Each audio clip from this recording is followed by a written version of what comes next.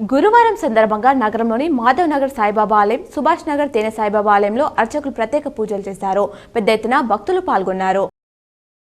నిజామాబాద్ జిల్లాలో బుధవారం రాత్రి నుంచి గురువారం ఉదయం వరకు ఎడతెరిపి లేకుండా కురుస్తున్న వర్షంతో రహదారులు తడిసి ముద్దయ్యాయి. జనం తీవ్ర ఇబ్బందులు ఎదుర్కొంటున్నారు. వర్షాకాలంలో ప్రజలను అప్రమత్తం చేయడం, Dharani, land acquisition, CM grievance, district grievance, ప్రభుత్వ భూమి సంరక్షణ, అన్ని రకాల ధృవీకరణ పత్రాలు జారీ, విపత్తు నిర్వహణ తదితర రెవెన్యూ శాఖ సంబంధించిన అంశాలపై ఆర్డీఓ స్థాయి నుండి డిప్యూటీ తహసీల్దార్ స్థాయి వరకు అధికారులతో కామారెడ్డి కలెక్టర్ ఆశీష్ సమావేశం నిర్వహించి సమీక్షించారు. ప్యారిస్ ఒలింపిక్స్ ప్రారంభానికి ముందే కోవిడ్ కలకలం రేపింది. ఆస్ట్రేలియాకు చెందిన వాటర్ పోలో మహిళా జట్టులో 5గురికి కరోనా సోకినట్లు అధికారులు తెలిపారు. ప్రస్తుతం వారిని ఐసోలేషన్ లో ఉంచినట్లు పేర్కొన్నారు. అయితే భయపడాల్సిందేమీ లేదని చెప్పారు. ఈ క్రీడలను వీక్షించేందుకు 1.5 కోట్ల మంది వస్తారని అంచనా వేస్తున్నారు. ఈ నెల 26 నుంచి ఒలింపిక్స్ క్రీడలు ప్రారంభం కానున్నాయి. బడ్జెట్లో రాష్ట్రాలపై వివక్ష చూపుతున్నారని పార్లమెంట్ ఆవరణలో విపక్షాలు నిరసన చేపట్టాయి. ప్రతిపక్ష పార్టీల పాలనలో ఉన్న రాష్ట్రాలపై బడ్జెట్లో వివక్ష చూపుతున్నారని ఆరోపించారు. ఈ నిరసనలో కాంగ్రెస్ నేతలు రాహుల్ గాంధీ, సోనియా గాంధీ, మల్లికార్జున ఖార్గే పాల్గొనగా వీరి వెంట జహీరాబాద్ ఎంపీ సురేష్ షెట్కర్ సైతం పాల్గొని ప్లాకార్డ్ ప్రదర్శించి నిరసన తెలిపారు.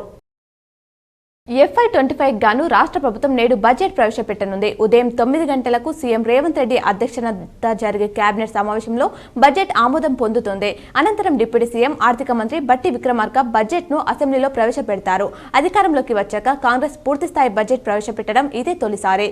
బడ్జెట్ వ్యయం 2.80 లక్షల కోట్ల నుంచి 2.90 లక్షల కోట్ల మధ్య ఉండొచ్చని అంచనా. తెలంగాణ ప్రభుత్వం నేడు ప్రవేశపెట్టనున్న బడ్జెట్లో అత్యధిక భాగం వ్యవసాయ శాఖకి కేటాయించనున్నట్లు తెలుస్తోంది. రుణమాఫీకి 30,000 కోట్లు, రైతు భరోసాకు 15,000 కోట్లతో కలిపి ఆ మొత్తం దాదాపు 50,000 కోట్లు ఉండొచ్చు.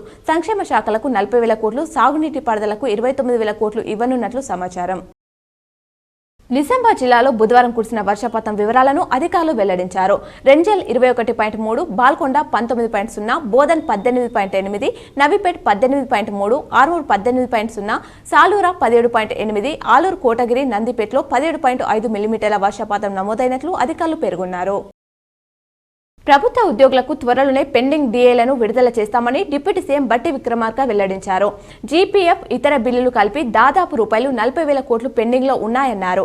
గత ప్రభుత్వంలో 10-15 తేదీల వరకు ఉద్యోగులకు జీతాలు వచ్చేవి కాదని, ఇప్పుడు తాము 1వ తేదీనే వేతనాలు చెల్లిస్తున్నామని పేర్కొన్నారు.